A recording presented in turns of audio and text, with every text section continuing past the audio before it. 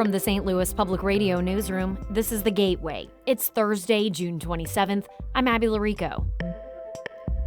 A nonprofit is building some of the first private housing in East St. Louis in decades. The religious organization plans to have 20 homes finished by the end of this summer. We're hoping that having homes like this will bring in a middle-class population, which East St. Louis used to be a predominantly middle-class city.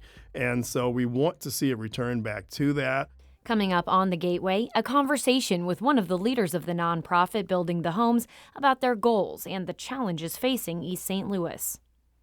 Two local artists are criticizing a St. Louis art center for removing an exhibition that reflects on the war in Gaza.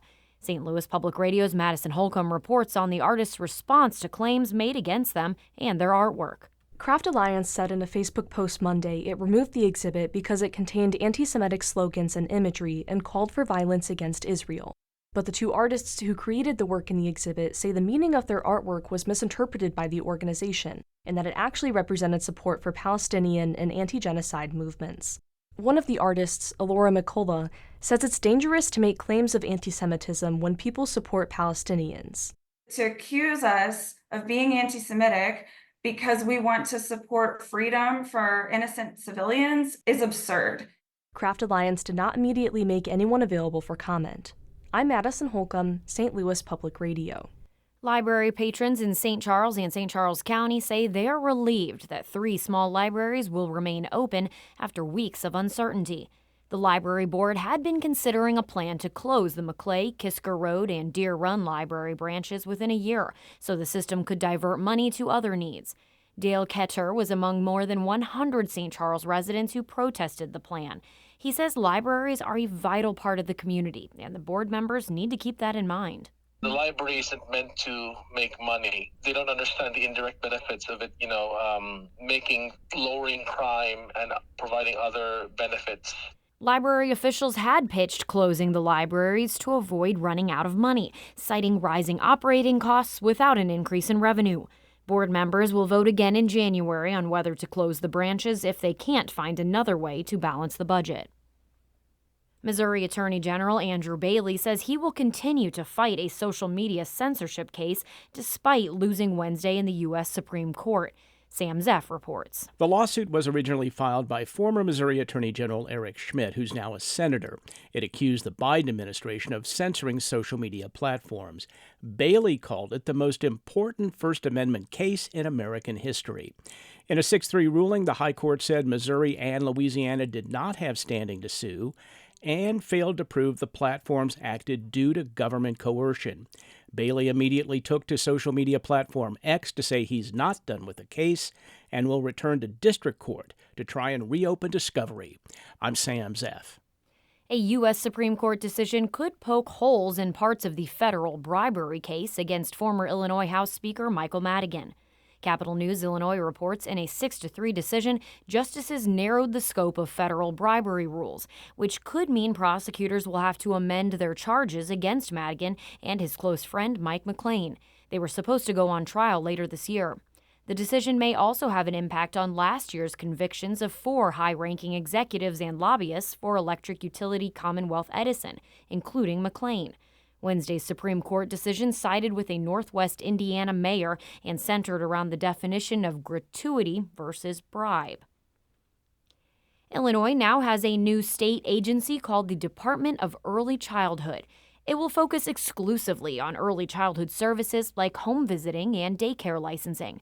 Currently, programs for young children are housed in 3 separate agencies: the State Board of Education, the Department of Human Services, and Children and Family Services. Democratic State Representative Mary Beth Canty of Arlington Heights led the effort during this last legislative session. And families with kids needing extra support as they grow, the current system overwhelms them with duplication and confusion of forms and criteria. The new agency will be up and running by July 1st, 2026. A public park in Alton is closed after a massive sinkhole opened up in the middle of a turf soccer field. The Gordon Moore Park on the northeast side of town is closed for an investigation, and any scheduled events are canceled, according to Alton's Parks and Recreation Department. Check out pictures of this thing on our website and the STLPR Instagram feed. The sinkhole is estimated to be about 100 feet wide. It formed around 10 a.m. yesterday morning. Security camera footage shows the sudden collapse engulfing bleachers and a light pole. The Alton Telegraph reports it's the result of a collapsed mine. New Frontier Materials, a Maryland Heights company, operates a facility just west of the park. Alton's mayor, David Goins, told the paper nobody was hurt or on the field at the time of the collapse.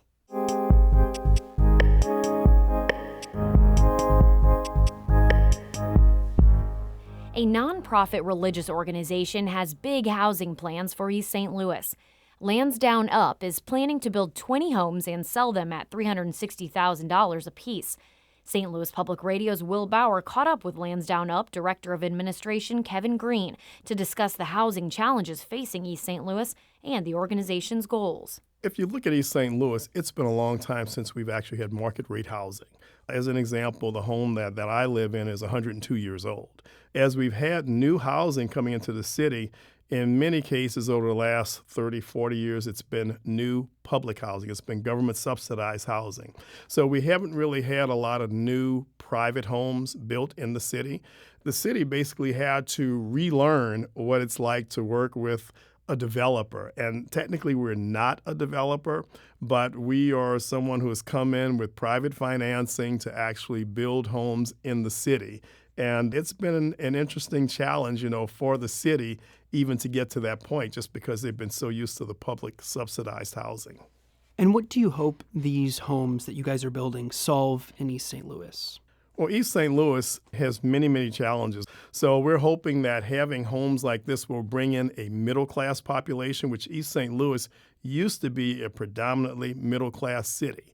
And if you don't have people, and right now we're down to less than 18,000 people from a high of almost 80, 90,000 people. So here we are now. We've got less than 18,000 people. Many are at or below the poverty line.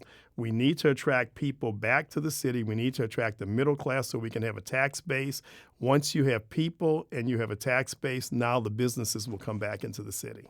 It's kind of a good segue into my next question, because I wanted to ask about maybe some of the comments or concerns that I've seen online, and it's that these homes are listed at $360,000, and the median income in East St. Louis, you're probably well aware, sits around $25,000. So some would say, how does a family in East St. Louis, how do they ever afford one of these? What would you say to maybe that concern? That's a very, very interesting concern, because if you look at that, you say, okay, if the homes were $100,000 or $125,000, at $25,000, if that's your income, you probably can't afford a $125,000 home or a $150,000 home. So these homes really are designed to get people to move back into East St. Louis.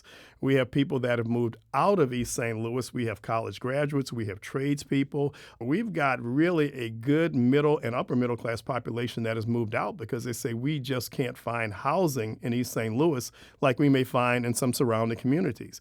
And many young people don't want to get into a home where they've got to put a lot of sweat equity, a lot of work into. In many cases, they don't have that kind of income to be able to put that money into a home to make it livable immediately. So the homes themselves are not designed for the current population of East St. Louis, and we're pretty adamant about that. Why is this an important endeavor for y'all at Landsdowne Up?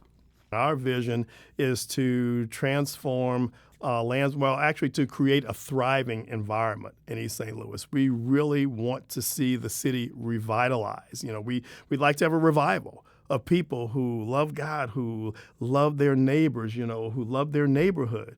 And we want to transform this particular section, which is Landsdowne Park. We're focused right here because we can't do all of East St. Louis. We're a nonprofit. And again, with the population, that's when we can approach some of the businesses. Chick-fil-A will look at East St. Louis and say, I'd like to be there. Quick Trip will look at it. We get a Whole Foods, places like that would actually say, okay, we have the population now, that's our demographic that can support our businesses. And so that's our goal, to really bring East St. Louis back into a thriving city, which it once was. That was Landsdowne Up Director of Administration Kevin Green. He spoke with St. Louis Public Radio's Will Bauer. Our Fred Ehrlich edited that report.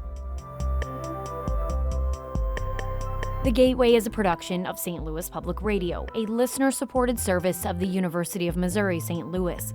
Music by Ryan McNeely of Adult Fur. I'm Abby Larico, and from the St. Louis Public Radio Newsroom, this has been The Gateway.